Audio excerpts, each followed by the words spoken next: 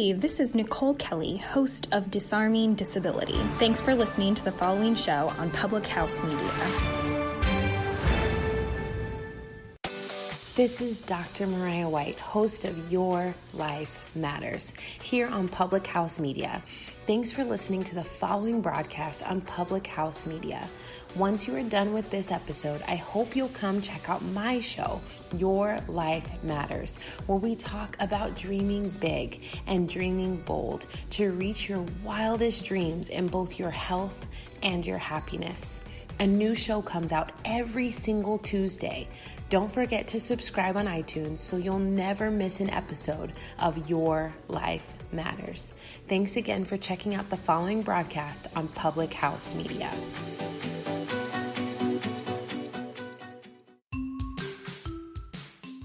Welcome to the C. Jane Sell podcast, a relatable sales podcast for your weekly dose of sanity.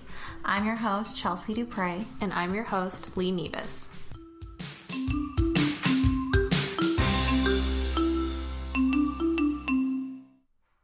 Hi. Hey, girl. Welcome to episode 14 of the C. Jane Sell podcast. Yes. You can't see it, but I just did a rainbow gesture with my hands. Yep. Because we're really just having a good day. Feeling it. Yeah, feeling it. Weather looks beautiful outside. We're both kind of like Just chill, maybe a little deliriously tired. Possibly. Yeah, I've been Yeah. grinding. Yeah, girl. We're in P Club sweat sesh. Like, Yeah? now is the time. We're going to Q4. Mm-hmm. Got enough in the pipeline that I feel really good about. Mm-hmm. But pipeline and installed sold business are two very different things. Yep. So, Yeah. grinding. So you're just kind of in the middle of it. So anybody who needs some uniforms in Louisville, let me know. Let Chelsea, she got some goals to hit. She got to do it. Are you feeling good, though? Are you Yeah, feeling I'm feeling like... good. I'm feeling good. Good. I've been putting some, like, major work in. Good. Yeah. That's all you can do. You I just mean, put I the think work for in. a little while, I went through kind of a little bit of a rut. This is before we started this, and I was just, you know, a little burnout. And it took a lot of digging and a lot of just putting my head down and working to get out of that.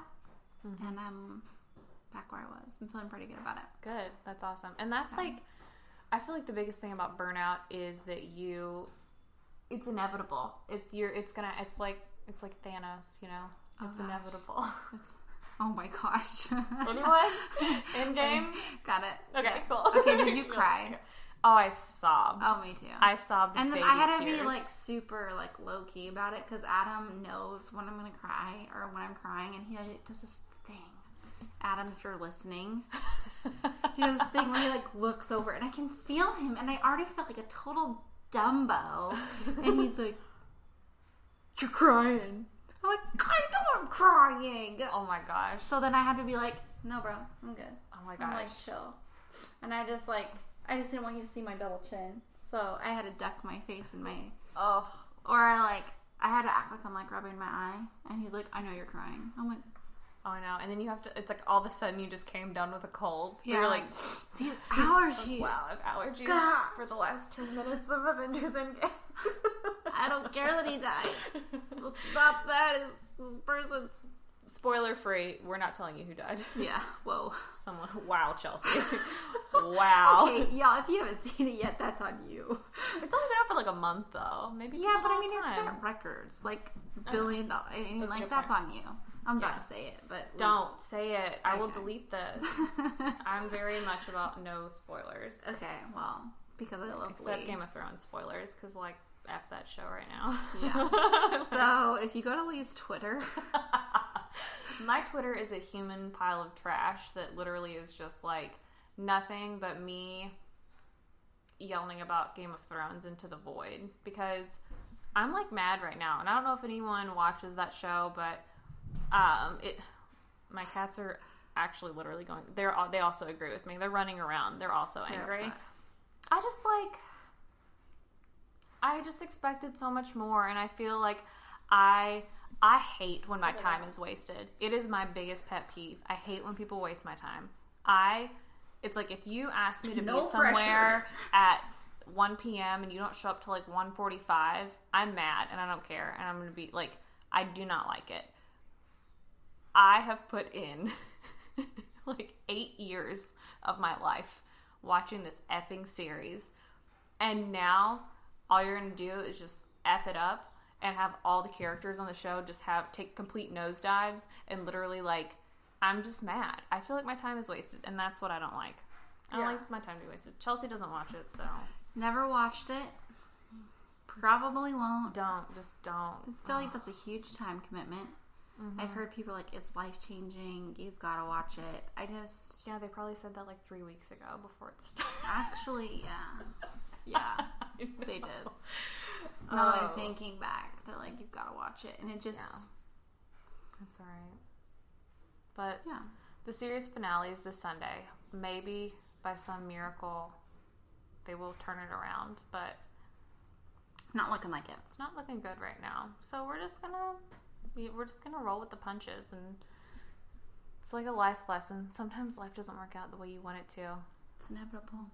But it's life, and it goes on. The sun will rise on Monday morning. The sun will rise on Monday morning. Will. And we will all know the ending to Game of Thrones. Yeah, we will. So I'll figure it out anyways. I'll just text you angrily about it. It's fine. Yeah. Oh well. That's amazing. Yeah. So that's all that's been going on for me for the past couple weeks. Just being mad about Game of Thrones. Follow up on a seating thing that I did. So I'll share this because I put it on our Instagram. So back for Easter, I was taking around just like cheesy little things like eggs or peeps. Like, I want to peep at your program. Mm-hmm. You know. And I got a call back from one of those and I ended up selling the account. So heck yeah. Put in that hard work, making people laugh, doing the things. Have a bunch more seaters that I am getting ready to take out and deliver and do all of the things. So I'm excited about it. That's awesome. It's going to be good. And look at that. Like an actual tactic that we showed you all worked. It's almost like Chelsea's really good at this or something. It's like I was born to sell uniforms. She was born to sell. Or just sell, yeah. I like that better. Just sell in general. Mm-hmm. Oh well. Yeah. But I guess speaking on that same Born line, to be. Yeah. And I think the theme of all of our episodes, not all, but a very vast majority of them, would be go for it. Sales? That's what I was going to say, speaking about sales. I'm sorry. I don't know. We just run this. I was going to say, speaking of sales. I was going to say the direction we're heading with this podcast. I know. That's what I was going to say after. So guys, speaking of like sales and like their direction that we're heading in this podcast. All of that. It's fine. Chelsea and I so we kind of, speaking on the subject. Yeah, we had kind of a sit down, because we realize now that some of the guests that we've been reaching out to and some that we love. Yes, that we absolutely love. And some of the subjects that we've been talking about aren't like sales specific. And I think that it's because we realize that sales is like kind of the base of every business. Is like, if you're not selling, you're not a business. You're not growing. And you're not growing. So from that, like, we've just been talking about a lot of people who are like growing their own business and like are the growing whole entrepreneur type of a thing. Exactly. And so we just like want to make you all aware that like, while yes, we are CJ and Sell, and we sell freaking ish all day, every day. 100%. Yeah. We also want this podcast to also be inclusive of just like a holistic business mindset. Yeah, like for example, we've talked about this a couple times. Like, it is okay to accept the fact that guess what, women? You can have a child and work, and that's going to be okay. Or if you're not ready for that, then don't feel like you have to be. Or if you need to dig down and find your why and your how, okay, cool, let's do that.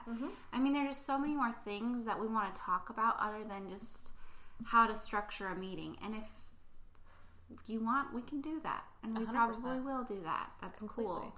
But we want this to be like what you're saying for everything and everybody, so you can develop and grow and find, hopefully, I would hope, that you find some insight in some of this to make your strategies and techniques better. Completely. Because it's not just beneficial for a salesperson to know about business. I think it's beneficial for anyone in any position to learn about business. We're just like, I thought and that. just like who you are and what you want to do and who you want to be. Because again, and we've said this a million times, if you are not right with yourself, if your mindset isn't right, then nothing else in your life is going to be right. And so, and it's okay to go a different path.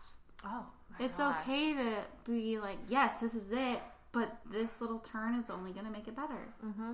Completely. And it just speaks to you, then you just got to do it. That's how CJ and Sal has been for us this entire time. It's just been like, yep, that's it. Or maybe something hasn't gone exactly how we wanted, but we're able to learn from it. Completely. Which has been really exciting. That's been really incredible. And I think it's great that we haven't really said no a lot, I don't think either. I think that we've just been like, oh, this person, like, they want to be a guest? Awesome. Yeah, let's have them on. Like, I think that it's been really great because we've learned so much about other people, and we've learned that not every single aspect of this podcast has to be structured completely about like cold calling tips or like whatever, which is wonderful and great, and trust me, who doesn't need effing cold calling tips, because cold calling is so hard. But like I think it's just been an awesome growth process, and so we just wanted to kind of share with you the direction that we're headed. And if you're like, why are you not talking about sales so much, it's because we do want to talk about sales, but there's a lot of other things that we can cover and touch on. So, yeah. Amen, sister. Word. So, there's that. Yeah, there's that. Speaking on that. Yeah. Now let's see if we can guess what the next thing we're going to talk about. Yeah, okay. Okay, on the count of 3. 1, 2, 3. Our Instagram guest. buying. No. Let's talk about an Instagram buying. I forgot we were going to talk about that. Yeah, we were going to talk about that. Okay. So, I don't know if you have ever been in your inbox and there's requests for messages and it's like, hi, follow me, I follow you. Hi, follow me. Or, hey, do you want to boost your followers by $20,000 to 20,000 followers this week? Then pay X. Stop. I'm over it. I'm so over it. I accidentally, because I'm so dumb, I fell for it. I registered for one of those like free online seminars where it's like, I'm going to teach you in like 30 minutes, like some tips that I use to boost my Instagram. Which like, I'm totally down with that. Yeah. If that's like what you want to do in order to like get people on like your email list or whatever, heck yeah, like do that. That's incredible. That's amazing. For a month now, I've gotten 2 emails a day asking me to give this effing person $5,000 for their 6-week Instagram sales boosting program. Bye. I want to stab myself in the throat. And every single day, it is like so like scammy. Like all, and they did the reply thing that we said before that we said was scammy. RE, blah, blah, blah. Like they've done every single salesy, scammy, scummy thing in the book. And it literally is driving. And this account has account has like 3 million followers. It's not like they're just some random person. And it makes me so mad seeing huge, big brands doing scammy stuff like that. And I think that it has been, people are trying to copy that, and people are just assuming like, oh, well, this big brand did it, like I can for sure do it.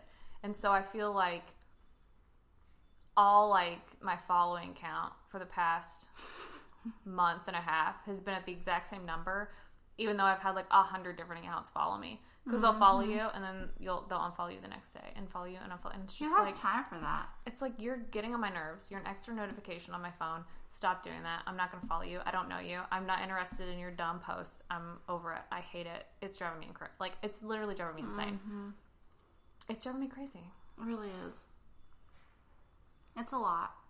And it's just really I like to see things that I'm cool to look at it like an ad, or if someone's pitching a product that I'm really genuinely interested in. Mm-hmm. All about it. That's great. Sure. Oh, for sure. Or if I like reading about it or seeing it, then sweet. That's cool. All for SpawnCon. All for sponsored content. I'm totally down with that. Yes, that does not bother me in the least bit. Yeah, but because all this like garbage, like you follow me, I follow you, or for $20 you can get XYZ or whatever. I'm just it's okay. So you're gonna give me 10,000 followers, and I'm gonna have the same 119 likes per picture. Thanks. Exactly. That's not weird or anything. Yeah, and that's what. So Josh, our guest that is you're gonna hear later in the podcast, he was talking about that, and that like it's one of his biggest pet peeves, because when he started, he had his like Instagram blew up because of his blog, and now he's been like kind of at the same number for the past like year or so, just because he's not doing any of that. Yeah. And because all of his other friends are like paying for all this stuff, and like paying for like followers and paying for likes and all this stuff. But what that does is it messes with your algorithms. So you see him, and he has all these incredible sponsors. Like, I mean, he's partnered with like Blue Moon and these like huge brands, because he can show them like, hey, I don't do anything to like boost my page. This is my actual like engagement post, and this is like people who follow me, and the people that are liking me, they're doing it constantly, and they're constantly coming to my page and seeing me and liking my stuff, because his engagements are exact and beautiful, and they're organic, and he did it himself. Exactly. So he's able to go to these big companies and be like, oh hey, like this is actually my engagement, when really like someone who like pays someone to do stuff, it's not gonna be the same, and it's gonna be way less, and the demographics on that are going to be way skewed and way weird. Like, he knows exactly his demographics that follow him, so, and he can like spit them out like crazy. And that's one of the reasons why I started following him, was I would see his like posts, because he goes around Louisville and does pictures of like parts of Louisville and reviews, and just like really good pictures. And so that's why I started following him. I'm like, Lee, I just messaged the Kentucky Gent to be on the pod, and she's like, I know him, I'll just ask. I'm like, okay. Oh my gosh, like, to be Lee, for real.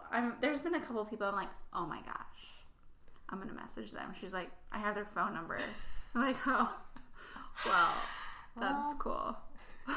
When you've done it all, you've seen it all, Chelsea. But yeah, I was going to make a really good point, but I don't remember what it was. My point is, if you're interested in learning a little bit about the Instagram, maybe you're thinking about working on your Instagram game, that's something you want to do, or maybe you're just intrigued by how it even works. I think this is a pretty good, insightful episode to just, okay, that makes sense. For sure. And I think, this is the point I was going to make, is I like his content because it's not like he doesn't like format it like everyone else formats it. It's like Chelsea and I were talking about this earlier, where it's like, can we just chat about anxiety, or like, can we just chat about something real quick? Okay, guys, I've got to talk about this. We've got to talk about, like, and then it's like ... Do you ever feel like crazy? And then it's like 7 emojis, and it's like, oh my god, yes, I feel crazy right now for reading your freaking Instagram posts. Like, his stuff is like, hey, I went to Naive the other day. It was incredible. This is what I ordered. It's great. This is a little bit about them. It's like actually like organic, informational, like good stuff, useful. Like, oh snap! Now I've actually gone to a restaurant in Louisville because I saw a post like that, or his post. 100%. I think I've gone to many places that he's posted about. Yeah, because it looks so great, and he actually cares about local businesses, and he cares about their products. He cares about how much time and effort they're putting into everything, and so. And that comes through on his Instagram. So when people say, like, be organic, be truthful, his page is a perfect example of that. It really is. Yeah. And then just, if that's something you're thinking about doing, then trust yourself. Trust that you have something to say or something to give. And that doesn't mean that you can't think outside the box. You got to think outside the box. You have to think outside the box now, because people are just going to get annoyed with We're in you a for freaking while. hexagon box right now, so it's hard to get out of that, but It's hard. It's very hard. yeah. But it's okay. But it's possible. It is. It's possible. Yeah. So, on that tangent of Game of Thrones, not watching Game of Thrones, we might talk about the same thing. Turns out we're not going to talk about the same thing.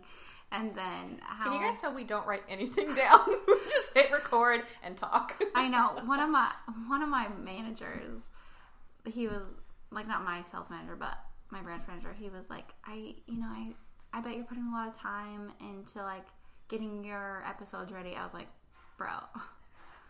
Me and Lee just are on a vibe, and we decide we're going to talk about this, and then we talk about it. Because it's genuinely, this is how we're feeling, and this is what we're going through, and it's, oddly enough, pretty similar to what the other person is going through. And so, we just want to be ourselves, and hope that maybe other people feel the same way, because... Yeah. If not, tell me your secrets. Why don't you start a podcast? Yeah, please, I'd listen. Oh my gosh. But anyways, side note. Cool. Awesome. Well, yeah, without further ado, I guess we will Press onward. jump right into our interview, right? Are we ready for the interview We're part? ready for it. Okay. Yep. Nothing else we have to talk about that I forgot because I'm really smart. We'll save it for next pod. Okay, great. Awesome. Enjoy! Yay! This is Josh. Bye.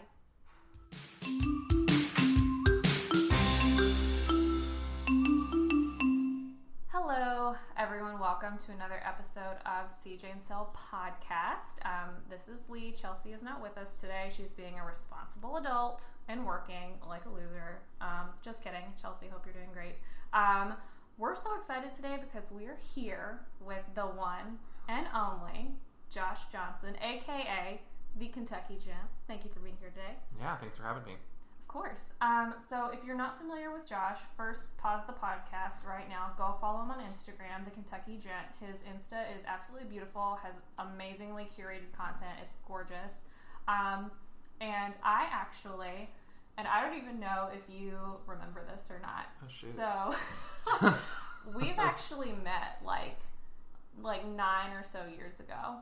We met each other. I know that I've known you for a long time, but I don't remember how we even met. Okay, are you ready for this? Let's do Because I it. figured it out. Because this week I was like, I know I've known Josh for a while, but like I don't remember how we met each other. It was in 2009, 2010. I don't remember the exact year, but it was when Lady Gaga came to Louisville and played at the Yum Center and went to Connections afterwards. Yes. And my friend Celia and I like got pulled up on stage for a costume contest. That's right. And she came out like and surprised everyone there. Everyone was wigging out. And afterwards, because like no one obviously knew it was going to happen, we went back into the audience and you found me and were like, hey, like I took photos for you. Do you want me to send them to you? And I was like, yes, oh my God, I freaking love you. And so you text me all the pictures and I was like, thank you, you're the best. So I was like, let's be friends on Facebook. And then that's how we first met. Okay, yeah, that would make sense. Yeah. I loved Connection back in the day. I took a ton of photos. Oh I was my like gosh. the photographer for our friend group, like no joke. Really? Yeah, so. Oh my gosh, that's amazing. Maybe you were the start of the Kentucky Gent like forever ago. I was. You Oh were. man, I got I your first remember, content. Yeah, I remember that night. That's insane. That was the craziest night. So, Yeah, so we've known each other for a while, and I Yeah. think that it's been so much fun just from following you on social media, like even from way back then, like watching you grow into this like brand and that has just been like so successful. So take us back, like how did you first begin the whole concept of the Kentucky Gent? so I've been doing this about, I just added it up the other day, I think 5 to 6 years total. 3 years full time, actually 4 years full time. So I was working in retail for quite a while. So that's kind of where the idea originally stemmed from. I was doing like outfit of the day, post on Instagram, and I had a friend who was like, "You should start a blog," and I was like, "That's really stupid. I would never start a blog." And then here we are 6 years later. I did have a blog. So the name came to be because I left like retail management and became a buyer for a company. So I was traveling a lot to places like LA, New York, Vegas, things like that. And people were always like, "Oh, where are you from?" I go, "I'm from Kentucky," and they were always very surprised because I didn't fit the traditional mold I think people in Kentucky look like, or how they have their hair, or they don't have tattoos or things like that. That's where the name came to be, and it's kind of evolved over the years from like a fashion, like personal style blog into more of like a lifestyle approach. So where to eat, where to travel to, cooking, recipes, cocktails, a little bit of everything. That's awesome. That's awesome. So from the blog, you have now, because here's my thing, is like I understand like the idea of like an influencer and like having a successful Instagram, but I literally don't know like how you can get from like point A of like starting your social media, starting a blog, to now be like getting paid sponsors and, you know, having all these partnerships. So how did your first kind of like paid, you know, couple paid gigs, couple paid sponsorships like come about? Was it you reaching out? Were people reaching out to you? How did that happen? So I will fully admit that I am a horrible business owner and I'm so bad at reaching out to people. I could do a lot more business if I was just actually like proactive and was like, hey, let's work together. I do that a little bit when I travel, and like I can reach out to a hotel and be like, hey, I'm headed to your city. Would you be interested in partnering together for like a travel guide to like wherever your city is? Traditionally, most people reach out to me either directly or through a PR firm. So that's where social media comes into play, and having like a strong social presence and being active on platforms. Also, for me, my blog comes in handy because if you search like Louisville blogger, I'm one of the first that pulls up. And Louisville is kind of a really hot like topic and hot city right now, especially like bourbon and tourism and travel and food. And Top Chef was just here, so Louisville definitely is like on the up and up. So that plays in my favor as well. But the biggest thing I think is me being active on social, engaging with other influencers who are in my niche, or engaging with brands or agencies who I think also would be a good fit for me. So I can be on the radar, because a lot of people live in New York or LA, and it's a lot easier because you can run into the office and be like, hey, let's schedule a meeting, like I want to introduce myself to the client team or things like that. So I do take fairly regular trips to New York, at least once a year, to like meet the teams and make sure I'm on like at least like face to face with the people that I know that I work with. Cool. I do think the face to face stuff is still super important as far as that goes, especially being in a smaller city. That's awesome. So you're partnered with a PR firm? You have a PR firm? I do not. You do not. So a lot of brands, so PR world's weird, or marketing, whatever you want to call it. So some brands will have in-house stuff. So like they'll just have like, say it's like Lee at like Blue Moon, for instance. I was working with Blue Moon. So like they have an internal team, but then a lot of larger brands will have like just a marketing team or just a PR team and just a social team. So sometimes I'll get contacted directly from Blue Moon. Actually, Budweiser's a good example. I'm working with Budweiser directly through Budweiser. Nice. Like from their home office. But I used to work with Budweiser through their PR firm. Okay. So it depends on like how the brand runs their things. But some people have it in-house, some people have it out of house. But it's typically through like the client side of it. Like a client will reach out to me like, hey, we love your stuff, we want to work together on something. But then there are also like platforms that act as like a Bible almost for brands. So you can like literally like log in and be like, hey, I want an influencer that does X, Y, and Z, and then like we get like an email that's like, hey, do you want to opt into this? Say yes or no. There's a lot of that kind of stuff too, which that I think is kind of getting phased out a little bit. It's like the market's so large now. I think a lot of brands are taking it back into in-house.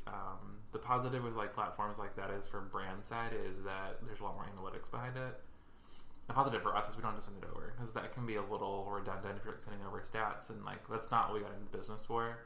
Like I'm not a numbers person. I don't like data and things like that. So for me, I like the creative like content side of it, not like the numbers and biz side. That's awesome. So when you're creating content, do you try to think like, oh, like this is something that I would be into, or you're like, hey, this is what I think my followers would like, or is it kind of a mix of both? It's definitely a mix of both. I definitely got way too off on the tangent of like only focusing on what people wanted to see, which I think is a good thing to do as a creator, but also it's much harder to talk about if you're only focusing on what people want to see from you. Obviously, like I need to appeal to my audience, and like whatever they like, I should post about more. But also to make sure that I like it.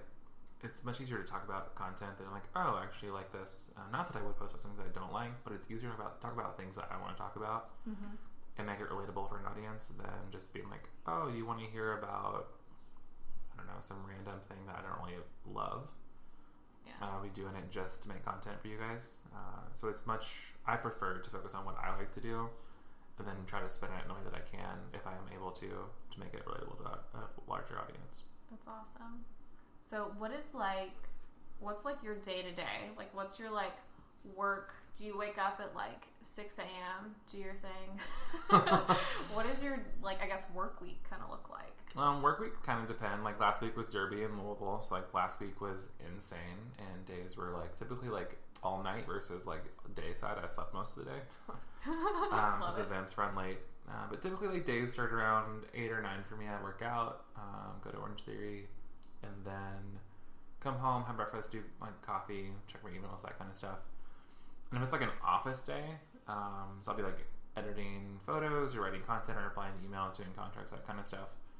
I try to split it up into like days like that, and then days where I'm making content, so taking photos, I'm out like at restaurants eating food or things like that. That way I'm not like jumping from that creative side of it, like we're taking photos and that kind of stuff, into like doing contracts or invoicing and things like that.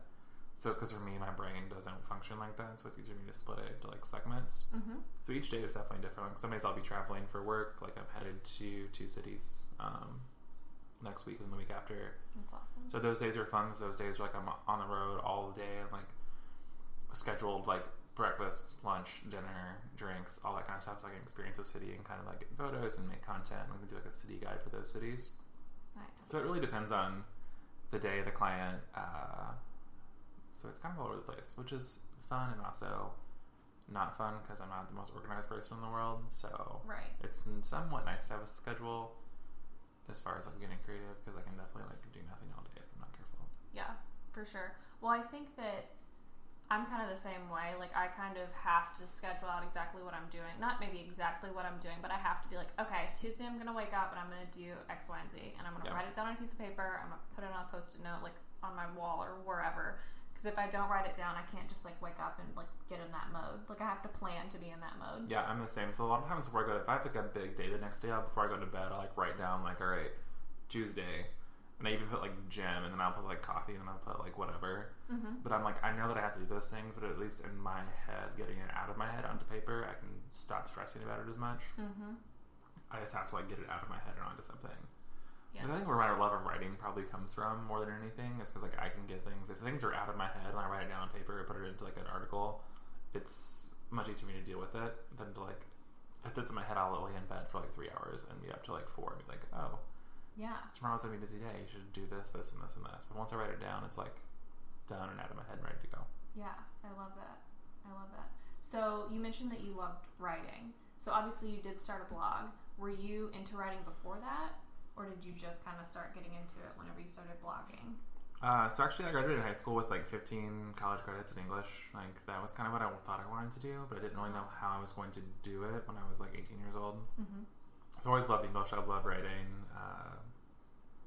So yeah, it's always been a passion point for me, and also photography has been as well. So it kind of fell into my lap, like a passion project turned into like a full-time job. It employs both things that I actually love doing. That's awesome. Yeah. That's awesome. When did you start getting into photography? I mean, I've always, from long, like when I first remember, I've always had a camera in my hand. Like, I had digital cameras, those old clunky Kodak digital cameras, like growing up on trips and things like that. For sure. And I've pretty much always had a camera ever since then, even when it was just like iPhone. So I've always been attracted to taking photos.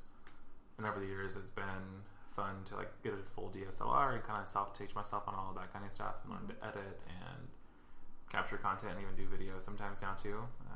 So it's always learning. Nice. That's amazing. What do you see right now trend-wise, I guess, like in the influencer world? Is there like a certain like thing that's like really trending? Is there like a direction that it's going that you're seeing that you haven't seen before? I think the biggest trend right now is that a lot of influencers are releasing their own collections or own product lines. I think that's like the next step for most influencers. Like Song of Style just released her clothing collection with Revolve. Well, I don't know if it's out yet, but she has announced that it's coming out. And Damsel in Dior just released something as well with an LA-based brand. So I think that's the biggest like next thing is brands capitalize on influencers like clout in essence and their style taste, and then branding on that. There's actually an agency in LA called DBA, Digital Brand Architects, and they have an entire subset inside of the company that handles digital brand architect products. So it's maybe it's DBP, so digital brand products. Yeah, it's like they use their influencers and they take them and like do like a nail polish line or like whatever, something like their niches. So they're really, DBA is like super smart, and like kind of like the holy grail influencer like management teams. Yeah. So everyone that's kind of in that space wants to work with them because they honestly really do and truly understand what they're doing. Yeah. Have you thought about doing that? Do you want to create your own line? Not my own line. I'd love to have my own store one day, like a Louisville like based store. I just don't know if Louisville's ready for that yet. I think retail spaces in Louisville are super tricky. Yes. And I think once our downtown is a little more built up, Mm-hmm. I can see it happening. They're like going to be like a flowers, like a plant store, not flower stores. I don't really love I love fresh florals, but it's not my cup of tea. Mm-hmm. Like a plant store and like a denim shop. It's like most of like my like very basics. Like I'm like a Madewelly, which is kind of really bad to say, but like Right. just like basics like jeans, tees, denim jackets, good boots, plants, and that kind of stuff. Yeah, I kind of see you with like your own line of like mixers, like I can do that. Yeah, bitters and like Yeah. all the like other kind of like the Kentucky Gent, like yeah. certain flavors of bitters for like old fashions That's a and good stuff. idea. Yeah. Anyways, write that down. Oh, yeah. I'll name one after you. Perfect. Thanks. You're welcome. Just give me a shout out. don't need a portion. Perfect. Awesome. So I guess so. You're from Louisville originally. Yes. Right. So grew up here. What is like your? I kind of like to give like any guest that we have like an opportunity to like really just chat about like what they're into, like what they're really passionate about, like what kind of like makes them tick. So, what are you passionate about? Tell us about your background. I mean, like I said, background, mostly retail. I also went to hair school, so Nice. it's an odd amalgamation of like a bunch of random things. I also wanted to be a chef growing up, so I think a lot of my passion points have merged into one, which is the blog. Mm-hmm. So from grooming and styling to like cooking and travel and photography, it's kind of all became one. Louisville's a great place to be right now for all of those things because like the culinary scene here is booming and the travel scene is booming here. Mm-hmm. So I've had a great chance to learn with a lot of like amazing brands who are visiting the city or coming to the city or expanding in the city, things like that. So it's been really fun to be on the backside of that and kind of help Louisville grow in the sense of me sharing like city guides or like where to eat in this neighborhood or sharing favorite restaurants in Louisville and being able to really highlight and focus on like small mom and pop businesses that I think you would maybe know if you visited Louisville, but I think a lot of people like visit or Google and they're like, hey, like what's to do in Louisville? And it's like 4th Street Live or like the Slugger Museum or Waterfront Park, which I'm like, those are all amazing things. 4th Street Live's not that amazing, but they're trying to rebrand it and like do a better job. So like kudos to them for that. But like I think there are so many small businesses and like also I mean Louisville's known for like eat local, shop local, keep Louisville weird kind of thing. Mm-hmm. But I don't think a lot of cities in Kentucky are like that. So people still like venture towards like O'Charlie's or like Applebee's or Chili's or whatever. And like Louisville food price point is very similar to a lot of those places anyway. I'd much rather focus and like celebrate and share places that are like small business owned by like, either minorities or women or things like that versus being like, oh, I'm going to Louisville, I'm just going to go to Chili's because it's like I know Chili's is good. So I do my best to like highlight restaurants that I know will appeal to large audiences and then also are like good price points. That's awesome. Yeah. What are some of your favorite restaurants right now in Louisville to go to? Actually, just answered this on Instagram last night because someone asked. So, Eat Naive. I don't know why I said Eat Naive. That's their handle on Instagram. So, Naive, which is like it's a veggie, healthier focused concept in New Era in Butchertown. I love Feast for Barbecue, fast cash concept. Grill House has amazing brunch and lunch. Silver Dollar for brunch or dinner. And then Cuvion, which is kind of a new concept in Germantown, but their food's absolutely incredible. I've not been there yet. That's the only place I haven't been. Yeah. Their patio is great too, and it's like Really? it's my backyard, so that's kind of why I go there quite a bit. And they have great happy hours, Mondays all day happy hour. Nice. Yeah. Oh my gosh. Yeah, and it's like super, super nice. That's awesome. What are some of the best cocktails you've had in Louisville? Best cocktails, probably Mr. Lee's. I love Mr. Lee's. Yeah. Their smoked old fashions, probably one of my favorite drinks that I've ever had. Also in my neighborhood, so it's super nice for me. Silver Dollar, I think their cocktail menu is just always rotating, but they also have incredible staples that they have on there all the time, which I really appreciate. And Hell or High Water. I love them. It's hard to get in. You have to make a reservation and like all that kind of stuff, which is kind of weird for Louisville. Yeah. I appreciate the concept and I appreciate what they're doing, so hopefully it catches on, but also I think it's a little hard. For sure. For sure. Yeah. Yeah, I love Silver Dollar has that. Oh my gosh, it has like a jalapeno Hearts on Fire. Yes. Yeah, oh my it's so good. gosh. Hearts on Fire. Everyone write that down and go have that at Silver Dollar It's delicious. right now. It's incredible. Also, their summer cocktail menu just came out, and Forever Gin is on it. It's like my favorite margarita. It's like a lavender margarita. So you like margaritas, you should definitely try that too. Ooh, all right, I'll have to hit that up. It's delicious. Definitely. So outside of Louisville, because obviously you do travel a decent amount, and not expose, I guess, highlight. You expose different brands. You highlight different brands in different places in different cities. What are some of your favorite cities that you've traveled to doing this? First to mind would be Guadalajara, Mexico with Patron. I flew down with them for 2 days to experience their distillery, kind of show their process from start to finish. The team's amazing. The distillery's amazing. The process is great. They're like completely self-sustaining, like eco-friendly green company. Whereas a little bit everything that's made in the plant is then, so all of the agave is then harvested and turned into like mulch or fertilizer and something like that. It's all given to their employees or used to grow food for the guest house on property. Oh my gosh. So like it's like a fully self-sustaining like ecosystem, which I really appreciate that such a large brand like that is focusing on something like that. For sure. And another large brand I worked with was McDonald's. I went to Chicago with them to their HQ to learn about their sustainability practices in coffee, because coffee is actually a super, super rough and harsh crop on the environment and like on the cities that it's grown in and the climates and all that kind of stuff. So they're fully committed to a $60 million coffee by 2020, which is a huge commitment for such a large company. I didn't realize how harsh growing coffee is on like the terrain. Kind of zaps all the nutrients out of the ground. And you only grow it in certain places because it has to have a certain amount of shade and things like that. So they're working with a lot of like small farmers to kind of focus on like making sure that they're know what they're doing and like also are like there for like the long haul versus like, I mean, it's a big company. They could easily like fast farm or fast produce like coffee from like some large farms where they're focusing on like small sustainability practices with like small farmers, which I really think is amazing. Wow. Yeah. Who would have thought? McDonald's. Okay. I know. Get it, McCafe. Yeah, seriously. All right. That's amazing. Yeah. So Chicago with McDonald's, Yeah. Guadalajara with Patron. That's awesome. Is there any like certain city in the U.S. that you're like, oh, this is super up, besides Louisville, obviously, oh, this is super up and coming, like, would love to go here eventually? So I've already been there, but St. Louis actually really surprised me as far as their food scene goes. Like I spent 4 days there, like writing a food piece for their tourism department. Some of the best food I've had in a long, long time, and I was very pleasantly surprised by it. It's a 4-hour drive from Louisville, so it's really easy for like a quick weekend trip. Yeah, for sure. I had a ton of fun. That's amazing. Yeah, that's awesome. So I want to spend more time in Austin. I know they're like it's not like booming, it's not growing. It's already like a huge food scene, that kind of stuff. I spent 1 day there, but I want to go back and spend like and eat all the food. Yeah, I'm going there next weekend. That's so, awesome. Yeah, if you know any places, let me know. Follow my friend, A Taste of Cocoa. Oh, She's really? a food blogger in Austin. A Taste of Cocoa. Yeah. Okay, I'm literally It's going to follow her. K-O-K-O. K-O-K-O. Okay, I'm literally going to follow She's her. amazing. Awesome. Cool.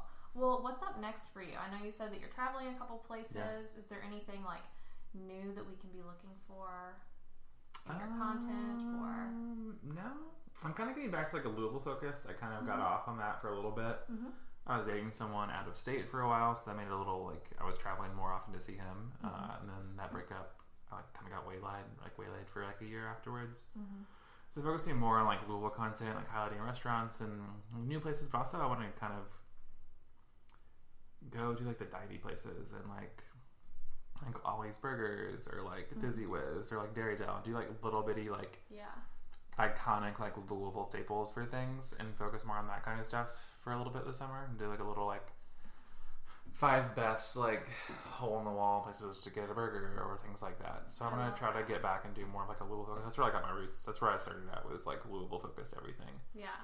And I kind of got away from it because I was traveling more often and things like that. So kind of like this summer, I kind of want to stay in Louisville and just like focus on like experiencing Louisville like a local and I love that. doing festivals and getting ice cream at Dairy Dell and Dairy Castle. And there's so many dairy places in the name. But yeah, so that's what that's like the next thing for me, I think. That's awesome. Yeah. Back to basics. Back to basics. I think basics. I think a lot of us try to overcomplicate things and like do too much, and I lost a lot of like they're still there, but I stopped posting about Louisville as much. Like a lot of my audience kind of stopped commenting and engaging. Yeah. So I'm excited to get back to like kind of those like basics for me and get that audience re-engaged. That's awesome. Yeah. Cool. Well, is there anything else? I like to do like an open forum, kind of like at the end of like a yoga class where you can just do whatever pose you want. Yeah. Like, is there any like open forum? You're like, hey, I'm really passionate about this, and we didn't talk about this, or like, hey, I really want to talk about this one dessert that I had like 2 weeks ago at like this one place, or I don't think so. I think we touched on pretty much everything. I did my best to kind of weave in like things like the sustainability aspects or the greenness of companies that I've worked with, which I think is awesome. I love that. Yeah, I mean, if you guys have not visited Louisville, I definitely recommend it. Someone asked me recently what I love about Louisville the most, and I said it's the people that I love the most in Louisville. Like, obviously I love the food and I love the culture and things like that, but if you know someone from Louisville, you know like how much we love the city, how much we're so prideful of it being our hometown. Mm-hmm. So I think truly the people that call Louisville home are what make Louisville so special. Without any of us, we wouldn't have the food scene, we wouldn't have cocktails, we wouldn't have the tourism, we wouldn't have the distilleries back downtown.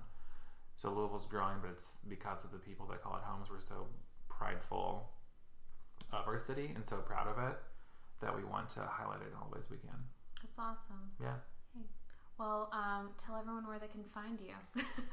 So I'm the Kentucky Gent on pretty much everything. I'm the KY Gent on Twitter because some douchebag has that handle and has not posted in like 8 years, and I've appealed to Twitter like literally I do it at least once a month. Oh my gosh. Because also the content on there is like super graphic and like not brand appropriate for me, so I'm like, right. please delete that. And they will not do it. Oh my gosh. But yeah, other than that, KentuckyGent.com and KentuckyGent on Facebook, Instagram, and Pinterest. Instagram's like my platform of choice. Mm-hmm. So it's a lot of like where I'm eating, where I'm traveling, what I'm doing, stories of my cat because she's really cute. Yes. She is really cute. Yeah, thank you. Awesome. Well, thanks so much for joining us today. And we will see you all next week. Another episode of CJ and Cell. Chelsea will be back, I promise. I'll drag her back. You can follow us on CJ and Cell Podcast on Instagram or on Facebook, or you can join our secret CJ and Cell podcast group on Facebook if you just want to like bitch about your job or like talk about your period cramps. Like, we really don't care. Whatever you want to do, we're here for you. We hope you have a great Thursday.